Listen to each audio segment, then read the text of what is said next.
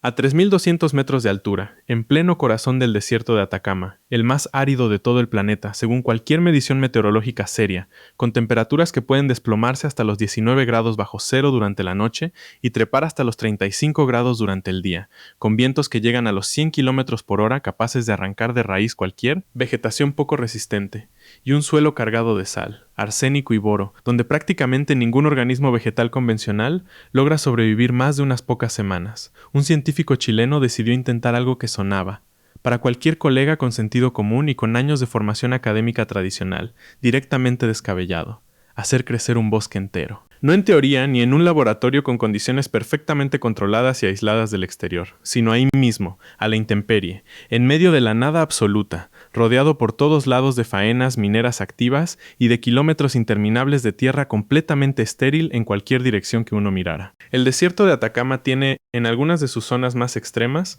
el récord mundial de aridez. Hay estaciones meteorológicas dentro de ese mismo desierto que, según los registros históricos disponibles, jamás documentaron una sola precipitación de lluvia convencional en toda su historia de mediciones. Es un lugar tan seco y tan hostil para cualquier forma de vida vegetal compleja que durante generaciones enteras se lo consideró, sin ninguna discusión seria de por medio, un territorio biológicamente muerto, útil únicamente para la extracción minera que caracteriza a buena parte de la economía de esa región del norte chileno. Pero en 2012, el académico cubano-chileno Manuel Paneque, del Centro de Estudios Agroforestal del Desierto de Altura de la Universidad de Chile, inauguró formalmente una estación experimental en pleno territorio de la minera Saldívar, en la región de Antofagasta, con un objetivo declarado que en el papel sonaba casi contradictorio para cualquiera que conociera la zona: demostrar que ese mismo desierto extremo, lejos de ser un territorio biológicamente muerto, sin ningún valor más allá de la extracción mineral que ya se practicaba ahí desde hacía décadas, podía convertirse en un espacio verde funcional y productivo,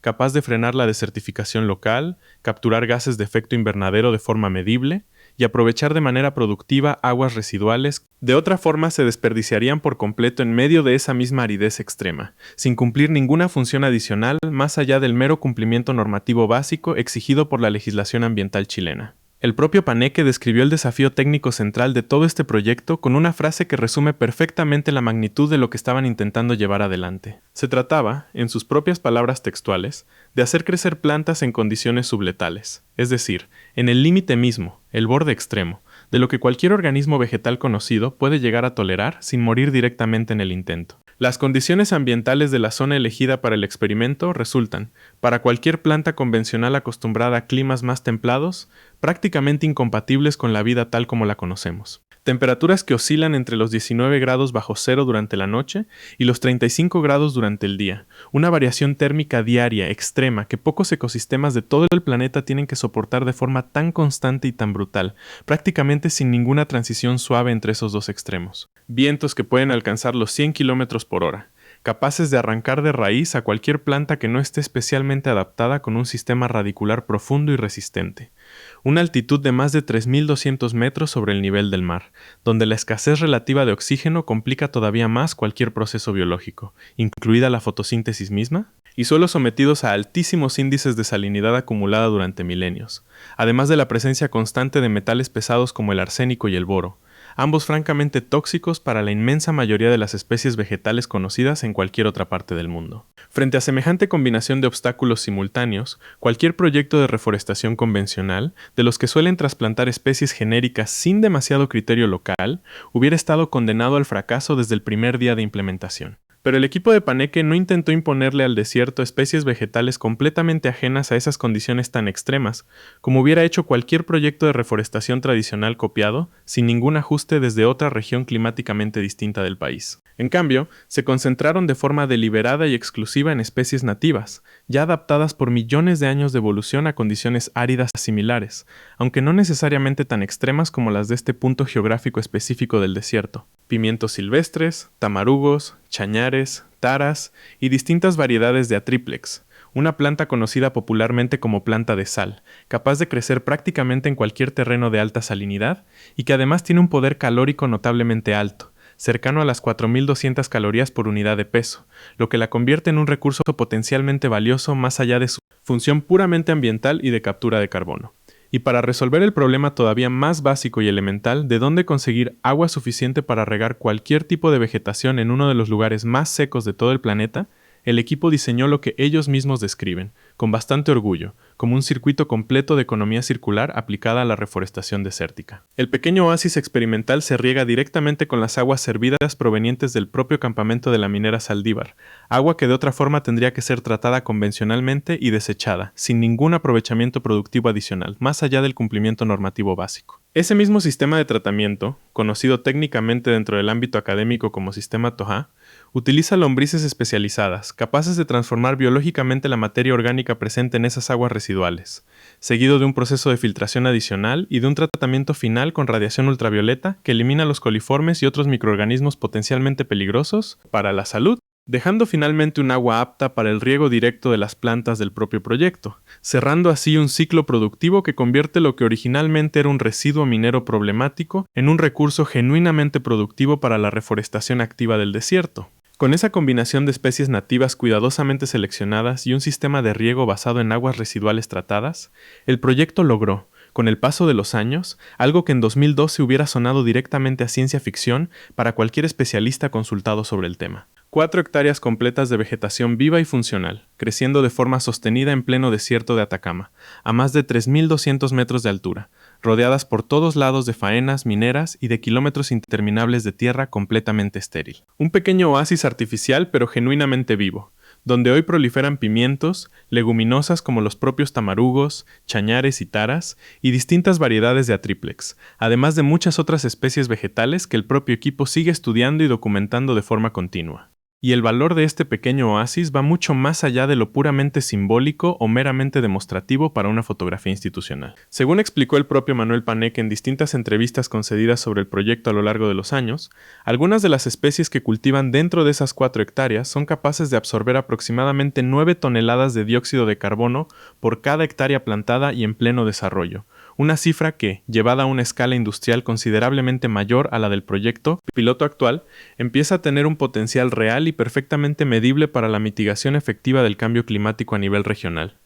La lógica detrás de esta cifra resulta bastante directa y fácil de explicar incluso para quien no tiene formación técnica en el tema. Si se conoce con precisión la huella de carbono específica de cualquier proceso productivo industrial determinado, resulta técnicamente posible calcular con exactitud cuántas hectáreas de este tipo particular de reforestación desértica harían falta plantar para neutralizar por completo esas mismas emisiones anuales, ofreciéndole a la gran industria minera del norte de Chile una de las actividades económicas con mayor huella de carbono de todo el país, por la enorme cantidad de energía que consume. Un modelo concreto, verificable y geográficamente cercano de compensación ambiental directamente vinculado a su propia zona de operaciones extractivas, en lugar de depender exclusivamente de mecanismos de compensación mucho más abstractos, o de proyectos de reforestación ubicados en regiones completamente distintas del país, e incluso fuera de las propias fronteras nacionales, sin ninguna conexión directa con el origen real de esas emisiones. El propio proyecto no se limitó únicamente a plantar semillas y esperar resultados de forma pasiva,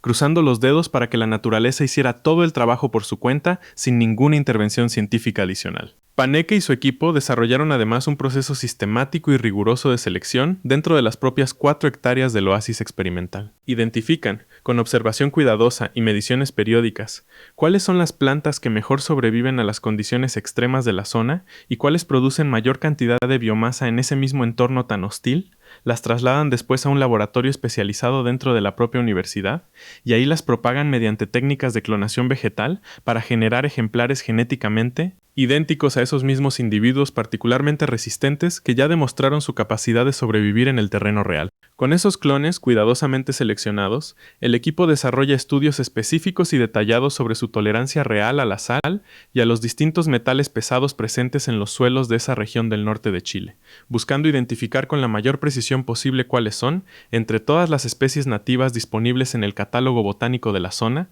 las mejor preparadas genéticamente para sostener bosques áridos de mayor escala en el futuro cercano, más allá de los límites del propio proyecto piloto original que arrancó en 2012 con recursos considerablemente más modestos. Para dimensionar correctamente la magnitud del desafío ambiental que enfrenta este tipo de proyecto, vale la pena detenerse un momento en las propias características extremas del desierto de Atacama como ecosistema global. Existen, dentro de ese mismo desierto, estaciones meteorológicas que, según los registros históricos oficiales disponibles, jamás documentaron una sola precipitación de lluvia convencional en toda la historia de sus mediciones continuas, algunas de ellas sostenidas durante más de 4 décadas seguidas sin interrupción. Es, sin ninguna exageración retórica de por medio, el desierto no polar más árido de todo el planeta. Un título que comparte apenas con algunas zonas específicas de la Antártida, donde técnicamente también existe escasez extrema de precipitaciones, aunque por razones climáticas completamente distintas relacionadas con el frío extremo en lugar del calor. Ahora bien, quiero ser completamente honesto con ustedes sobre las dimensiones reales de este proyecto en su estado actual, porque me parece importante no exagerar su escala presente solamente para hacerlo sonar más impresionante de lo que en realidad es todavía hoy. Estamos hablando, hasta el momento exacto de esta investigación, de 4 hectáreas de superficie reforestada en total, una cifra que, comparada con la extensión verdaderamente descomunal del propio desierto de Atacama, que se extiende por más de 100.000 kilómetros cuadrados a lo largo de todo el norte de Chile, resulta, en términos puramente proporcionales y sin ningún adorno retórico, absolutamente mínima frente a la magnitud del problema que busca resolver a largo plazo. Este no es todavía, ni de lejos, un proyecto capaz de revertir por sí solo la desertificación de una región entera, ni mucho menos de compensar por completo las emisiones acumuladas de toda la industria minera chilena en su conjunto. Es, en cambio, y así lo describen sus propios responsables académicos, sin ningún tipo de exageración publicitaria innecesaria, un proyecto piloto estrictamente experimental, diseñado específicamente para demostrar viabilidad técnica real y para generar el conocimiento científico de base necesario que después podría permitir,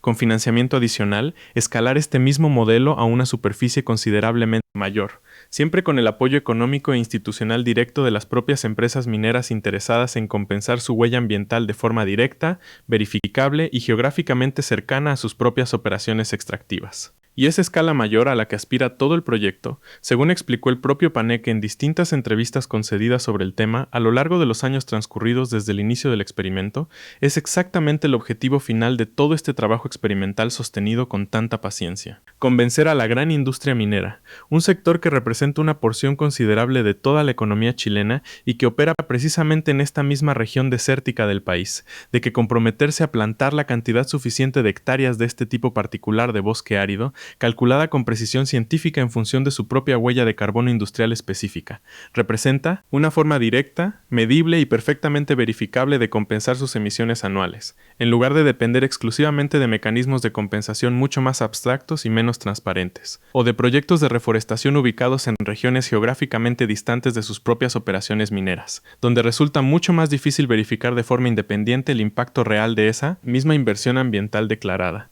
Pero hay algo más en esta historia que a mí me pareció particularmente valioso de destacar antes de seguir avanzando, algo que conecta con una idea que probablemente muchos de ustedes nunca se plantearon antes sobre los propios desiertos como ecosistemas completos y funcionales por derecho propio. El propio Paneque insiste, en varias de las entrevistas que concedió sobre este proyecto a lo largo de los años, en un punto que contradice de forma bastante directa buena parte de la percepción popular sobre estos territorios áridos, una percepción que la mayoría de nosotros probablemente compartimos sin cuestionarla demasiado. El desierto, lejos de ser un lugar completamente vacío de vida, como suele describirse de forma simplificada y hasta perezosa en la conversación cotidiana,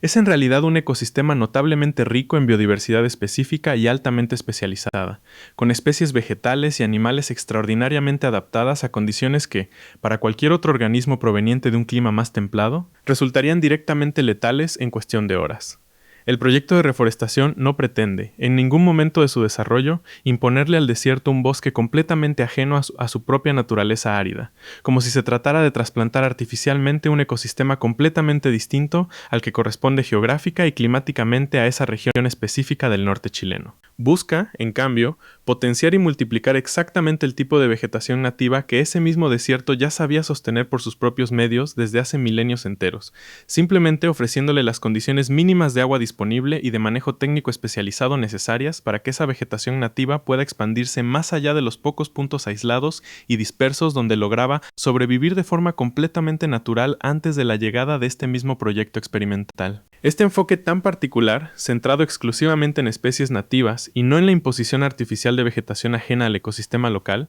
Conecta directamente con algo que ya vimos repetirse en otras historias de este mismo canal sobre proyectos de restauración ecológica en distintas partes de Latinoamérica. Los intentos de reforestación que mejor funcionan a largo plazo y que mejor logran sostenerse en el tiempo sin necesidad de intervención humana constante, casi sin ninguna excepción documentada, son precisamente los que trabajan a favor de las condiciones naturales específicas de cada ecosistema particular, en lugar de intentar imponerle a ese mismo ecosistema una vegetación genérica que quizás funcionó razonablemente bien en algún otro punto geográfico completamente distinto, con condiciones de suelo, clima y altitud que no tienen ninguna relación real ni ninguna correspondencia biológica con las del territorio específico que se pretende restaurar. Esta historia, para mí, deja una reflexión final que va mucho más allá del propio desierto de Atacama y de sus 4 hectáreas de oasis experimental cuidadosamente documentadas. En un momento histórico, donde buena parte de la conversación pública sobre cambio climático y compensación ambiental se mueve en términos abstractos y en cifras globales que resultan, francamente, muy difíciles de visualizar para cualquier persona común sin formación técnica especializada, este proyecto ofrece algo mucho más concreto, mucho más tangible y mucho más fácil de explicarle a cualquiera sin necesidad de gráficos complejos. La posibilidad real de que una industria específica, operando en una zona geográfica muy concreta y delimitada, pueda compensar directamente su propia huella de carbono, plantando árboles nativos exactamente en el mismo territorio donde genera esas emisiones industriales, cerrando de esa forma un círculo virtuoso que hasta hace apenas una década hubiera sonado técnicamente imposible en uno de los ambientes más hostiles para la vida vegetal de todo el planeta conocido. Manuel Paneque y su equipo de investigadores no revirtieron por completo la aridez milenaria del desierto de Atacama, ni tampoco pretenden en ningún momento haberlo logrado con apenas 4 hectáreas de vegetación experimental, algo que ellos mismos reconocen abiertamente sin ninguna exageración. Pero demostraron, con datos concretos y verificables acumulados durante más de una década completa de trabajo sostenido en el mismo lugar exacto, que la premisa inicial de su proyecto, la que en 2012 hubiera sonado directamente a delirio para la mayoría de sus propios colegas del ámbito académico chileno, era técnicamente viable de principio a fin. En condiciones que la ciencia describe literalmente como subletales, con temperaturas extremas que oscilan entre polos opuestos cada 24 horas, vientos huracanados capaces de arrancar cualquier vegetación poco preparada, suelos cargados de toxinas naturales y una altitud que dificulta cualquier proceso biológico básico, todavía es posible, contra todo pronóstico razonable, hacer crecer un bosque funcional, siempre que se trabaje con las especies nativas correctas, con el sistema de riego adecuado basado en economía circular, y con la paciencia científica suficiente como para sostener un experimento de esta magnitud durante todos los años que hagan falta para obtener resultados reales y medibles.